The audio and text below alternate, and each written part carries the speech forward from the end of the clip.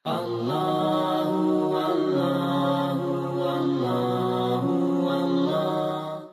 So maksudnya Melayu ni boleh pakai ke tak sebenarnya? Boleh, tuan-tuan dan puan-puan. Yang penting, tuan-tuan dan puan-puan, yakin pada nilai yang telah dibawa dalam Islam. Jangan lupa, tuan-tuan dan puan-puan, kita ini mulia kerana Islam, bukan mulia kerana Melayu, bukan mulia kerana Cina, bukan mulia kerana India. Kita mulia kerana ikut ajaran Islam. Islam, orang selalu sebut Islam adalah agama yang cantik. Saya tak setuju. Islam bukan sekadar cantik bila kita sebut Islam itu cantik, tetapi Islam itu betul-betul cantik apabila kita mempraktikkannya, baru dia cantik. Kalau sekadar cakap, semua orang boleh cakap, tetapi praktikkan dalam kehidupan kita. Itu petunjuk irsyad. Yang kedua, tuan-tuan dan puan-puan, yang ini terakhir, banyak lagi, tapi saya nak kongsi yang dua, yang simple untuk kita buat. Lisan kita. Kalau kita, bila kita mampu, insya-Allah kita mampu, lisan kita kongsikan dengan orang. Bagi tahu kepada orang.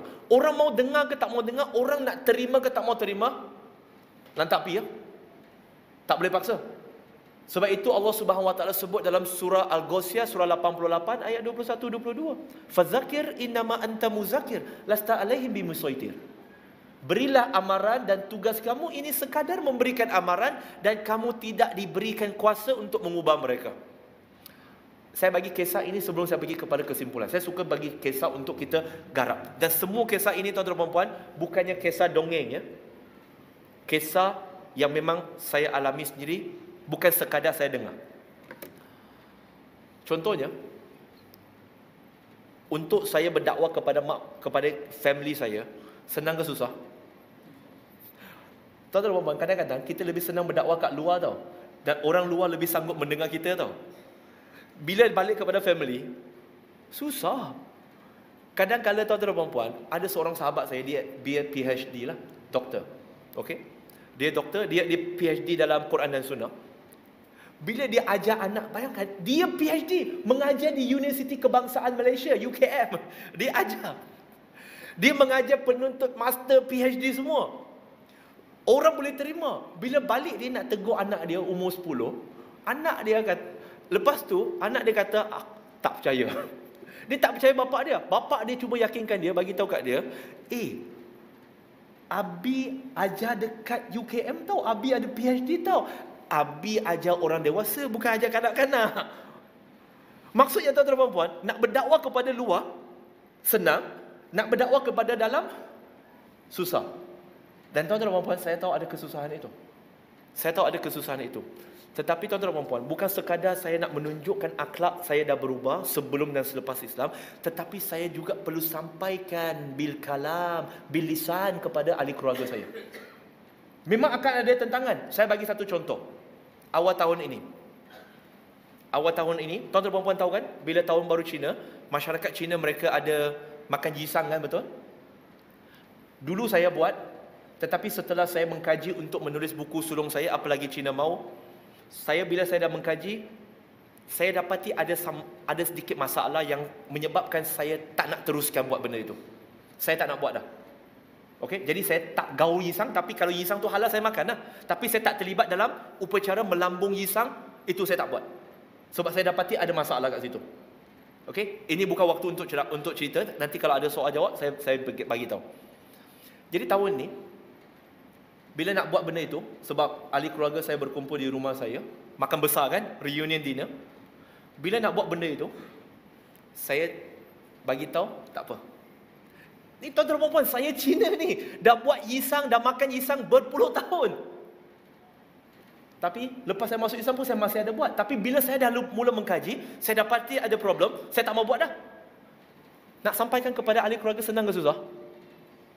Banyak susah Memang susah. Bila mereka, okey, lai, mari. Semua sudah angkat chopstick. Saya kata, tak apa, you all proceed. You all teruskan. Abang saya dimarah. Apa pasal lu tak mau buat? Lu ingat lu sudah Muslim, lu sudah lupa lu Cina ke? Saya kata saya masih Cina, sebab tu saya cakap Cina lagi. Kan? Saya masih Cina. Habis tu kenapa lu tak mau buat? Lu mentang-mentang lu sudah kaya, lu tak payah buat ke? Sebab mereka simboliknya, kenapa nak makan yisang, kenapa nak lambung tinggi, supaya mereka nak kaya. Okey? Sebab tu mereka kata saya dah kaya. Saya tak kaya. Tapi abang saya rasa saya kaya lah. Jadi saya kata saya tak mau. Saya tak mau buat sebab saya sudah Muslim. Saya dah faham apa itu ihsan. Saya kata macam ni lah. Saya tak berminat nak bergaduh dengan kamu. Saya bagi simple je. Kalau kamu berminat nak tahu kenapa saya tak buat, lepas kamu buat, kamu boleh datang tanya, saya akan bagi tahu. Kalau kamu tak nak tahu, tak ada guna saya jawab. Saya jawab simple je. Tapi hak perlu disampaikan. Walaupun sensitif. Esok nak tahun baru Cina bang. Takkan nak gaduh malam tu juga.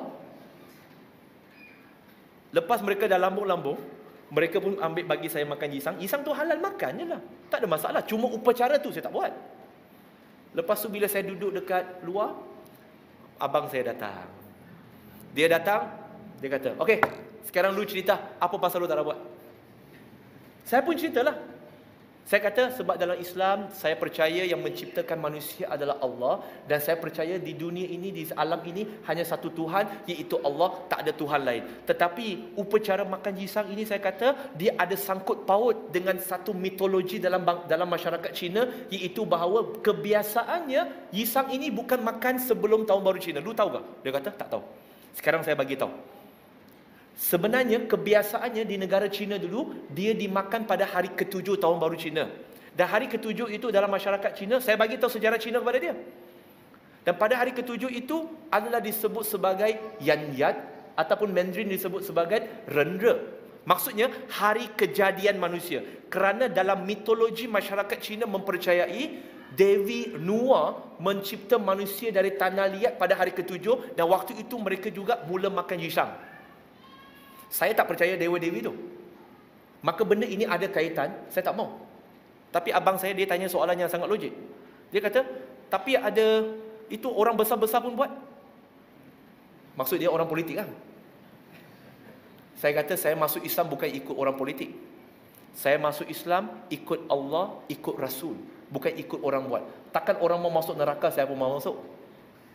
Dia kata, oh itu macam, okeylah, suka hati lu. Okay, settle. Tapi tuan-tuan dan puan, kadang-kala kita ini terbelenggu dengan perangkap syaitan yang bagi tahu, lu jangan cakap, lu cakap nanti gaduh. Tapi kadang-kadang lepas cakap tak gaduh pun. Sebenarnya lepas cakap, kita rasa lebih seronok. Saya bagi satu last contoh, ini bukan contoh saya, contoh salah seorang staff saya. Dia datang memeluk Islam di pejabat saya, dan kemudian saya nak ambil dia kerja. Bila saya ambil dia kerja, dia kata, tapi brother, tak mau bagi tahu dekat mak bapak saya.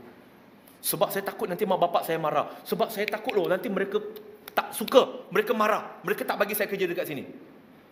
Tapi tuan-tuan dan puan, 2 minggu sebelum dia datang melaporkan diri untuk kerja di syarikat saya, dia sendiri yang tak boleh tahan. Dia suruh saya jangan bagi tahu kat mak bapak dia, dia sendiri bagi tahu dekat mak bapak dia.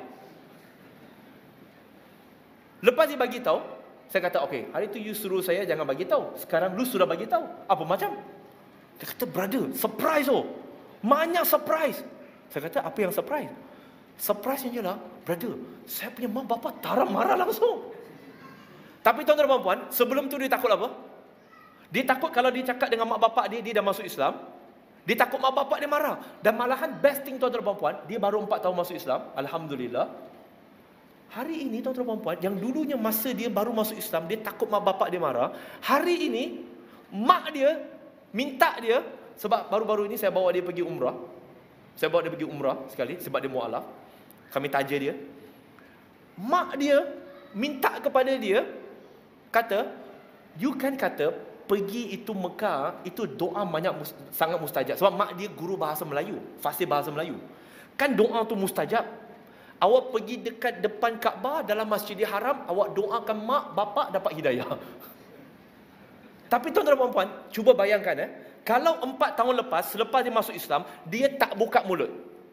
Rasa-rasanya mak bapak dia akan tahu tak dia Muslim? Tak tahu. Dan barangkali ada tak kemungkinan mak dia akan minta dia untuk mendoakan agar diberikan hidayah kepada mereka? Tak mungkin. Maksudnya tuan-tuan dan puan, hari ini kita takut nak bagi tahu kepada kawan-kawan kita. Kita takut, nanti putus persahabatan, nanti gaduh. Sebenarnya itu perangkap syaitan. Kadang-kadang lepas kita cakap, lagi banyak perbualan tentang agama Islam, mereka cakap dengan kita. Dia kata, apa pasal lu sekarang baru mau ajak saya? Kalau dulu saya belum kahwin, lu ajak, baguslah. Sekarang sudah kahwin macam mana? Maksudnya, kita dah membuka satu jalan, kita dah bagi petunjuk, irsyad kepada mereka. Allah